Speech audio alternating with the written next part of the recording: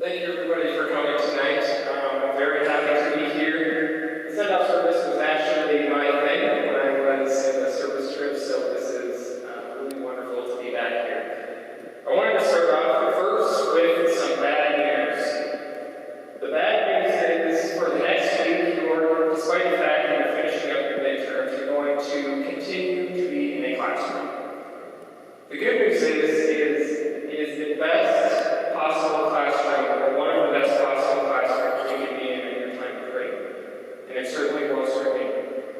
I'd like to reflect a little bit on what I learned during my time on service trips, and then also give you a couple challenges to take with you as you go forward on these trips. For me, these experiences that I had on these trips were some of the most transformative experiences in my life. Prior to coming to Creighton, I went to a public school. I rarely did service. I didn't understand what any of these catchphrases meant that you've heard so much about. And when I went on these trips, I was really transformed. I met a world that I had never encountered before, of people who were truly suffering and oppressed, but also people who exhibited a joy that I had not seen in any of the faces, or many of the faces I've had in my life.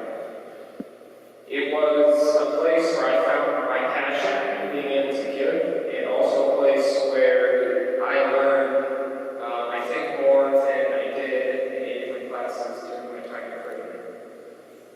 I'd like to briefly just talk about a couple of things that I think will be helpful for you when you go forward to challenge you as you go on these trips. The first is, comes through thinking about where I was when I came to this very spot my sophomore year at Creighton. I was extremely nervous. I was naturally an introvert. I only knew one person in my group, and did not know what I thought about this whole process. I ended up going on the trip, and over time, decided, you know what, I'm just going to give myself to this 100%. I don't care if I embarrass myself. I don't care if I don't know as much as the people around me. I'm just going to do everything that I can. And over time, I found that this was one of the most valuable things that I could do on these trips, was really to give myself completely.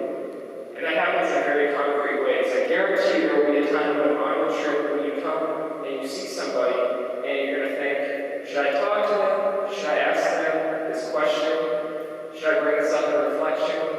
Should I talk to this person in my group that I don't know very well, that I'm intimidated by, that seems very different from myself? I would challenge you to do the very things that you feel maybe uncomfortable doing, because those might be the places where you find the most grace and the most blessing during this time. I also would say, within your own community, make sure that you have a very strong community and that you include everybody and reach out to everybody. I think that's very helpful, and I think that was one of the most powerful things on my trip, was when we had a strong community, we were able to give of ourselves much more. The next thing I'd like to talk about is also, and probably more importantly, giving of yourself fully, is being able to receive fully. You probably heard this mantra over and over again, but it's because it's true. You will receive so much more than you could ever give on these trips. And the people that I met, I encountered hope in places where I didn't think I could find hope. I saw forgiveness in a way that I didn't think that people could possibly forgive.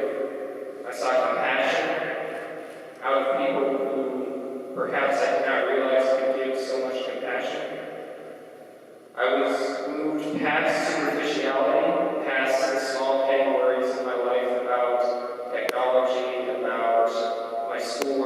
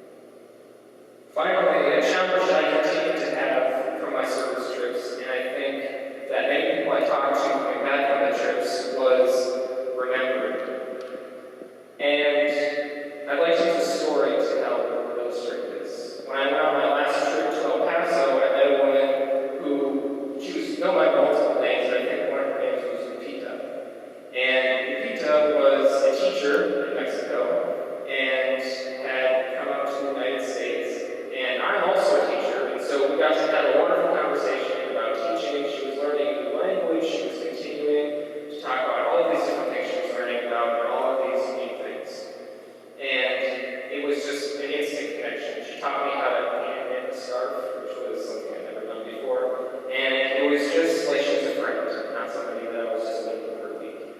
When I left, she looked at me and she said, "Do not forget me. Please do not forget me." And I was struck by this because it made me realize that over that short amount of time, she cared about me deeply enough to want to maintain that relationship with me. And I did with her as well. So when I came back, I thought, how do I not forget Peter? And I think a couple things I came up with are, one, as I live my life, I realized I can no longer pretend as if I never knew who she was or the people that I met were. I have to live my life as if they were standing right next to me and think about what would they think about the choices that I'm making. So I challenge you to do that as you go throughout your trips to think, what would the people I met on these trips think of the way that I'm living my life? What would they say to me? What would they continue to say to me if they were still here? Finally, I'd like to end with a quote. One of my favorite quotes that I think really gets at this idea of remembering the importance of relationships and how a loving relationship with somebody will change everything. Some of you may have heard it. It's by Pedro Arrupe, who's a general for the Society of Jesus, a couple times back. And the quote goes like this: "Nothing is more practical than finding out where I land, loving other people. That is, and falling in love in a quite absolute and final way. What you fall in love with, what seizes your imagination, will affect everything. It changes what gets you out of bed in the morning, how you spend your evenings, who you know, what you do in your free time, and what makes your heart jump